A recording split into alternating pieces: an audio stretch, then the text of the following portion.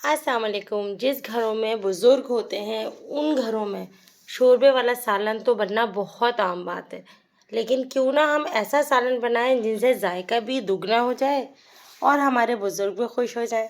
Daily cooking show में आज बन रहा है शोरबे वाला सालन, जो कि इंतहाई आसान रेसिपी से बनेगा और बहुत ही कम वक्त में तैयार हो जाएगा।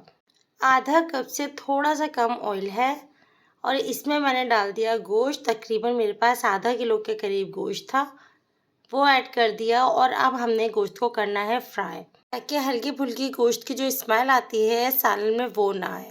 गोश्त को उस वक्त तक फ्राई करेंगे जब तक इसका कलर चेंज नहीं हो जाता और इसमें से खुशबू आनी ना शुरू हो जाए।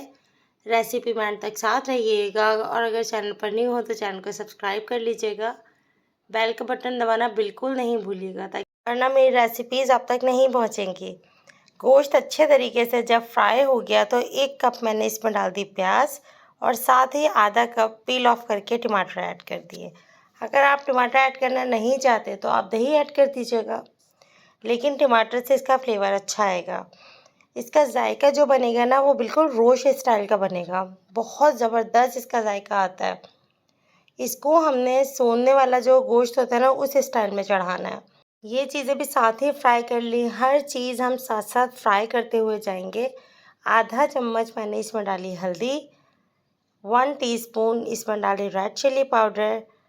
इसके बाद अब हम डालेंगे इसमें सॉल्ट, तकरीबन 1 टीस्पून सॉल्ट है, आप लोग हस्बे ज़रूरत सॉल्ट ले लीजिएगा। सॉल्ट डालने के बाद मैंने 1 टीस्पून ब्लैक पेपर ऐड किया है। आप अगर चाहें तो कम या ज़्यादा क्वांटिटी कर सकते हैं। 2 टीस्पून मैंने भुना कुटा धनिया डाला है और इसमें 1 tablespoon ginger garlic paste add किया। ये चीज़ें डालने के बाद अब हमने इसको करना है इतना फ्राई कि सारी चीज़ें भुनना शुरू हो जाएं और सबका जो फ्लेवर है ना, खुशबू वो निकल के आनी शुरू हो जाए। बस उस वक्त तक हमने इसको फ्राई करना है।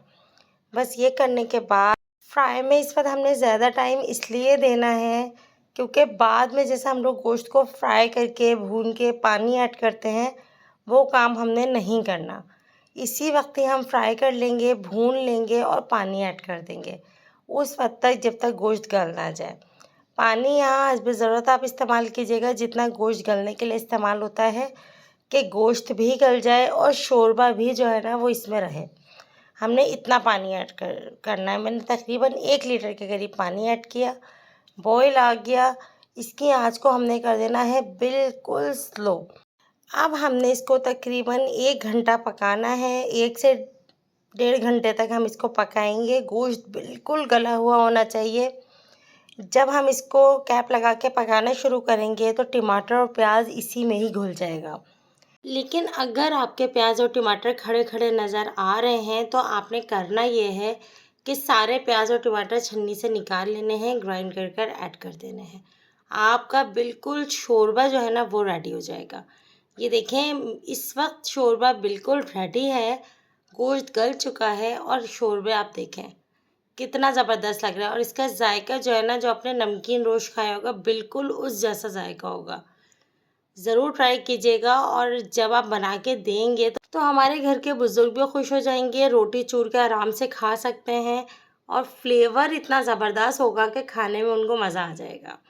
रेसिपी पसंद आई हो तो लाइक ज़रूर कीजिएगा, चैनल पर न्यू हो तो सब्सक्राइब कर लीजिएगा, बेल का बटन ज़रूर प्रेस कीजिएगा ताकि आने वाली तमाम मेरी रेसिपीज़ आप तक पहुँचें।